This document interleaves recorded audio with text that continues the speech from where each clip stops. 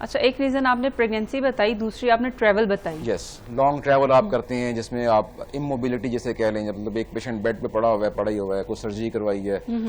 عام طور پر لوگ جو ہے نا وہ آرتھوپیڈک کا کوئی فریکچر ڈیل کیا یا کوئی کاسٹ لگا دی، تو اس میں بھی کئی لوگوں کو بن جاتے ہیں جس میں وہ چلنا پھرنا بند کر دیتے ہیں. تو یہ بیسیکلی جب آپ کا بلڈ اسٹیسس میں رہتا ہے کافی عرصے تک، آپ چلتے پھرتے نہیں ہیں، موومنٹ نہیں کرتے، تو that is the main reason.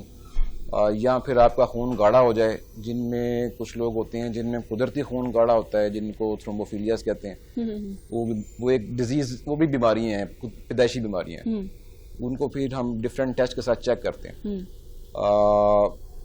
دوسرے نمبر پہ پریگننسی ہے جس میں خون گاڑھا ہوتا ہے. اچھا، تو اس کے کوئی احتیاط وغیرہ ہیں یا میڈیسنز ہیں یا کوئی سرجری ہے؟ دیکھیں، اس کی جو سب سے احتیاط تو سب سے یہ ہے کہ آپ بہت زیادہ بیڈ ہڈن نہ رہیں، اپنی چلتے پھرتے رہیں، موومنٹ کرتے رہیں، اور پانی کا استعمال بہت زیادہ کریں. جو ڈی ہائیڈریشن ہے نا، یہ بہت زیادہ اس کا رسک